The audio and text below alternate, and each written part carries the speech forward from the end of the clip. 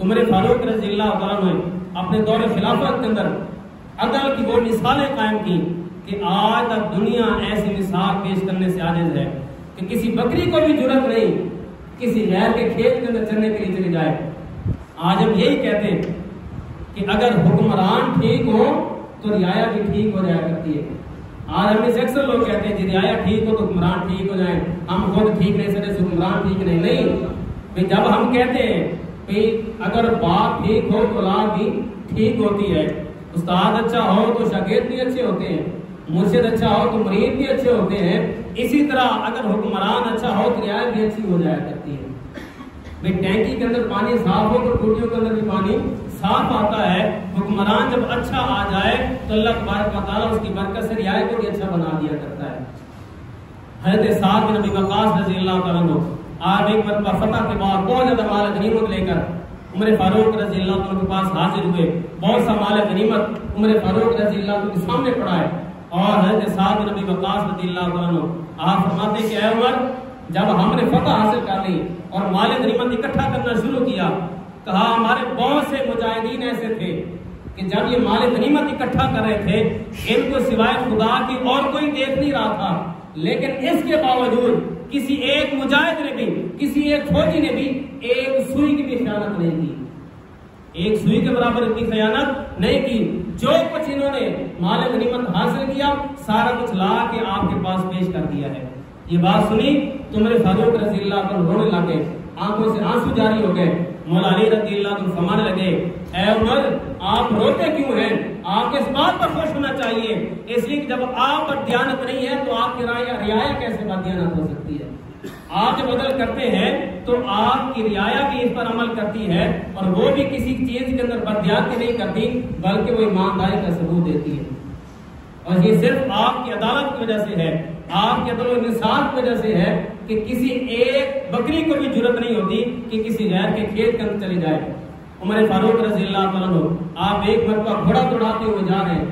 مولا علی رضی اللہ عنہ فرماتے ہیں کہ عمر کیا وجہ ہے، کیوں گھوڑا دوڑاتے ہوئے جا رہے ہو؟ کہا بیت المال کا ایک اونٹ گم ہو گیا، میں اس کو ڈھونڈ رہا ہوں، بیت المال کا ایک اونٹ گم ہو گیا ہے، میں اس کو ڈھونڈ رہا ہوں۔ تو مولا علی فرماتے ہیں اے عمر، تم نے اپنے بعد آنے والے خلفاء کے لیے بڑی مشقت پیدا کر دی ہے کہ تمہاری طرح پھر حکومت کون کرے گا جتنی مشقت کرے کہ مال جو بیت المال کا اونٹ ہے وہ بھاگ گیا، تم اس کو ڈھونڈ رہے ہو۔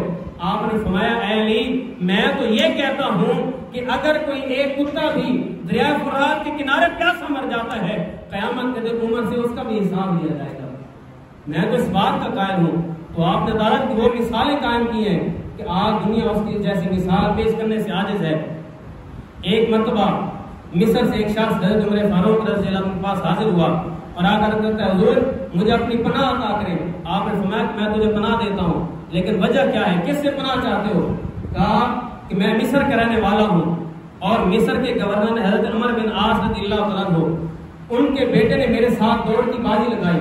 کہا جب آپ نے دوڑ کی بازی لگائی میں آگے نکل گیا، وہ پیچھے رہ گیا۔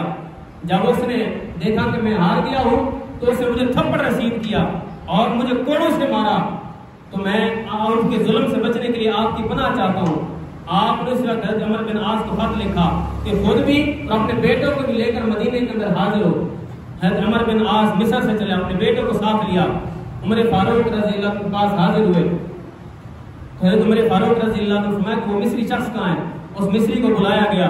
عمر فاروق رضی اللہ عنہ فرماتے ہیں کہ جس طرح عمر بن عاص کے بیٹے نے تجھے کوڑے مارے تھے، آج عمر کے سامنے کھڑا ہو اس کے بیٹے کو اس طرح کوڑے مار۔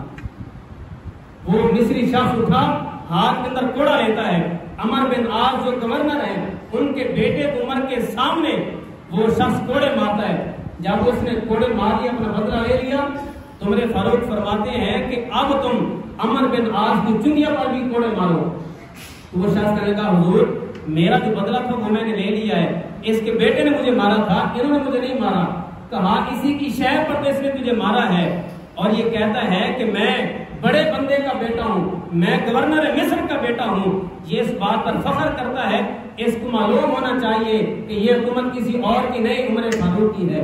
یہاں پر ایسی بات نہیں چلے گی، اگر کوئی کوڑے مارتا ہے چاہے غلام ہی کیوں نہیں، اس سے بھی بدلہ لیا جائے گا، اس سے بھی قصاص لیا جائے گا۔ کہا عمر بن عاص کو بھی کوڑے مارو، اس لیے کہ اسی کی شے پر اس نے مارا ہے۔ تو حضرت عمر بن عاص مخاطب عمر فاروق رضی اللہ تعالیٰ عنہ اور آپ فرمانے لگے اے عمر بن عاص ان بچوں کی ماں نے ان کو تو آزاد پیدا کیا ہے، تم نے کب سے ان کو اپنا غلام بنا لیا ہے؟ عمر بن عاص کہنے لگے اے عمر مجھے اس بات کی خبر نہیں اور نہ ہی اس بندے نے میرے پاس اس کی شکایت پیش کی، اگر میرے پاس شکایت پیش کرتے میں اسی وقت ہی اس کا قصاص اس کو لے کر دیتا۔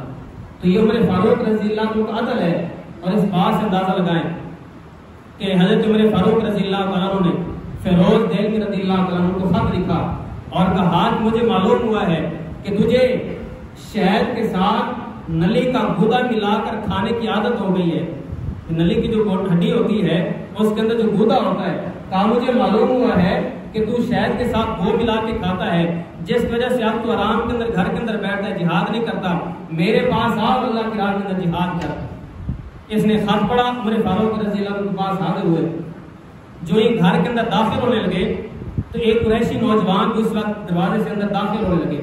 جب دروازے کے اندر داخل ہونے لگے تو فیروز دہلوی اور اس قریشی نوجوان کے آپس کے اندر ٹکر ہو گئی۔ جب ٹکر ہوئی تو فیروز دہلوی رضی اللہ عنہ انہوں نے اس قریشی نوجوان کے ناک پہ مکہ مارا، خون بہنے لگا۔ یہ نوجوان عمر فاروق کے پاس حاضر ہوا اور کہا مجھے قصاص دے کر دیں۔ کہا ہوا کیا ہے؟ کہا فیروز دہلوی نے میرے ناک پہ مکہ مارا ہے، خون جاری ہو گیا ہے۔ تو فیروز دہلوی سے پوچھا تم نے ایسا کیا؟ کہا جی میں نے ایسا کیا۔ کیا کیوں کیا ایسا؟ کہا آپ نے مجھے خط لے کے مجھے بلایا ہے، اس کو بغیر خط کے بلایا ہے، میں آپ کی اجازت سے اندر داخل ہونے والا تھا، یہ بلا اجازت اندر داخل ہو رہا تھا اور یہ مجھ سے پہلے داخل ہونے لگا تھا، اس وجہ سے ہماری ٹکر ہوئی اور میں نے اس کی ناک میں مکہ مارا۔ کہا پھر قصاص دو۔ فیروز دہلوی کہ لگے کیا قصاص ضروری ہے؟ آپ میں ہاں قصاص ضروری ہے۔ اسی وقت فیروز دہلوی گھٹنوں کے بعد نیچے بیٹھ گئے اور یہ قریشی نوجوان اپنا قصاص و بدلہ لینے کے لیے مکہ مارنے لگے۔ اس سے پہلے عمر فاروق فرماتے ہیں اے قریشی نوجوان اپنا بدلہ لینے سے پہلے میری بات سن لے، اس کے بعد جو تیرا دل چاہے وہ کر لینا۔ کہا بتائیں؟ عمر فاروق رضی اللہ عنہ نے فرمایا کہ حضور علیہ السلام کے پاس زمانے کے اندر اسود انسی نے نبوت کا دعویٰ کیا تھا اور ایک دن میں صبح کو حضور علیہ السلام کے پاس موجود تھا۔ حضور علیہ السلام نے ارشاد فرمایا اسود انسی واسر جہنم ہو گیا ہے، اس کو ایک نیک بندے نے واسر جہنم کیا ہے، اللہ اس کے چہرے کو تر و تازہ رکھے۔ کہا وہ شخص کوئی اور نہیں فیروز دہلوی ہے، اس نے حضور علیہ السلام کی نبوت کے منکر کو مارا ہے، اسد انسی کو مارا ہے، اب تو چاہتا ہے کیا اس بندے سے بدلہ لے؟ تو نوجوان کہنے لگا جس نے حضور علیہ السلام کی ختم نبوت کے منکر کو مارا ہے، حضور کے گستاخ کو مارا ہے، میں اسے اپنا بدلہ نہیں لیتا۔ جب اس قریشی نوجوان نے یہ بات کی، کہا میں اللہ کی رضا کے لیے اس کو معاف کرتا ہوں، تو وہ فیروز دہلوی رضی اللہ عنہ آپ فرمانے کے اے عمر پھر میں آپ کو گواہ بنا کے کہتا ہوں کہ میری جو تلوار ہے، میرا جو گھوڑا ہے اور میرے پاس جو 30,000 درہم اور دینار پڑے ہیں وہ میں اس نوجوان کو اس لیے دیتا ہوں کہ اس نے مجھے اللہ کی رضا کے لیے معاف کر دیا۔ تو میرے فاروق فرمایا کہ اے نوجوان دیکھ اللہ نے تجھے معاف کرنے پر اجر بھی عطا کر دیا ہے، اس کی برکت سے اللہ نے تجھے مال بھی عطا کر دیا ہے۔ تو عمر فاروق رضی اللہ عنہ آپ اس طریقے سے عدل کرتے ہیں، اس طریقے سے انصاف کرتے ہیں کہ آج تک دنیا ایسی مثالیں پیش کرنے سے عاجز ہے۔ یہ اس لیے ہے آقا کریم علیہ السلام نے صاف فرمایا لو کان نبی بعدی لکان عمر بن الخطاب، فرمایا اگر میرے بعد کوئی نبی ہوتا تو وہ عمر بن خطاب رضی اللہ تعالیٰ عنہ ہوتے۔ حضور علیہ السلام نے صاف فرمایا کہ اللہ تبارک و تعالیٰ نے عمر فاروق رضی اللہ عنہ کے دل پر اور زبان پر حق کو جاری فرما دیا ہے، یہ بولتے ہیں تو حق بولتے ہیں، یہ سوچتے ہیں تو حق سوچتے ہیں۔